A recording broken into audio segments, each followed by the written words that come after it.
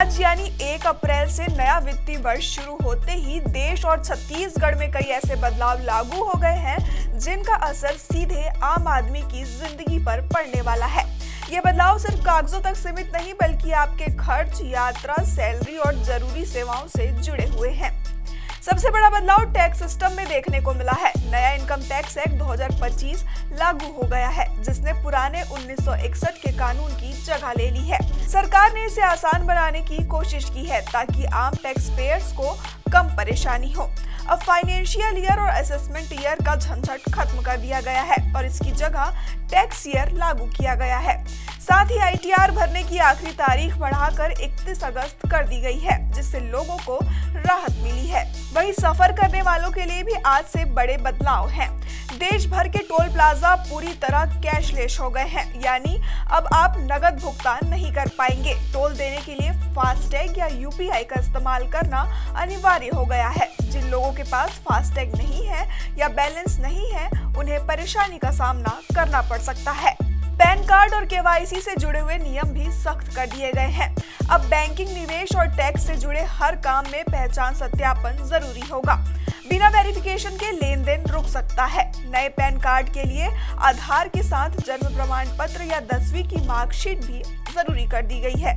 Rail यात्रियों के लिए भी नियम बदल दिए गए हैं। अब ट्रेन छूटने से कम 8 घंटे पहले टिकट कैंसिल करने पर ही रिफंड मिलेगा, जबकि पहले समय सीमा 4 घंटे थी। हालांकि यात्रियों को थोड़ी राहत देते हुए बोर्डिंग स्टेशन बदलने की सुविधा ट्रेन छूटने से 30 मिनट पहले तक कर दी गई है। इसके साथ ही महंगाई की मार भी आज से थोड़ी और बढ़ गई है। कमर्शियल गैस सिलेंडर के दाम में 200 से ज्यादा की बढ़ोतरी हुई है। इसका सीधा असर होटल, रेस्टोरेंट और ढाबों पर पड़ेगा और जाहिर है कि चाय नाश्ता से लेकर थाली तक महंगी हो सकती है। हालांकि घरेलू गैस सिलेंडर की कीमतों में कोई बदलाव नहीं किया गया है। छत्तीसगढ़ की बात करें तो यहाँ कुछ राहत भरी खबरें भी है। दरअसल प्रॉपर्टी रजिस्ट्री सस्ती हो गई है, जिससे घर खरीदने वालों को फायदा मिलेगा। राशन दुकानों में अब एक साथ 3 महीनों का चावल मिलेगा, जिससे बार बार दुकान जाने की जरूरत नहीं पड़ेगी। वही नई आबकारी नीति के तहत शराब अब प्लास्टिक की बोतलों में बिकेगी। 1 अप्रैल से सैलरी पाने वालों के लिए भी बड़ा बदलाव लागू हुआ है। अब कंपनियों को कर्मचारियों की बेसिक सैलरी कुल CTC का कम से कम 50% रखना होगा। इससे इन हैंड सैलरी कम हो सकती है, लेकिन भविष्य के लिए PF और ग्रेच्युटी मजबूत होगी। कुल मिलाकर 1 अप्रैल 2026 से लागू ये बदलाव आम आदमी के जीवन में छोटे मोटे लेकिन अहम बदलाव लेकर आए हैं। कुछ फैसले राहत देने वाले हैं तो कुछ जेब पर बोझ बढ़ाने वाले हैं। अब देखना यह है कि लोग इन नए नियमों के साथ कितनी जल्दी खुद को ढाल पाते हैं।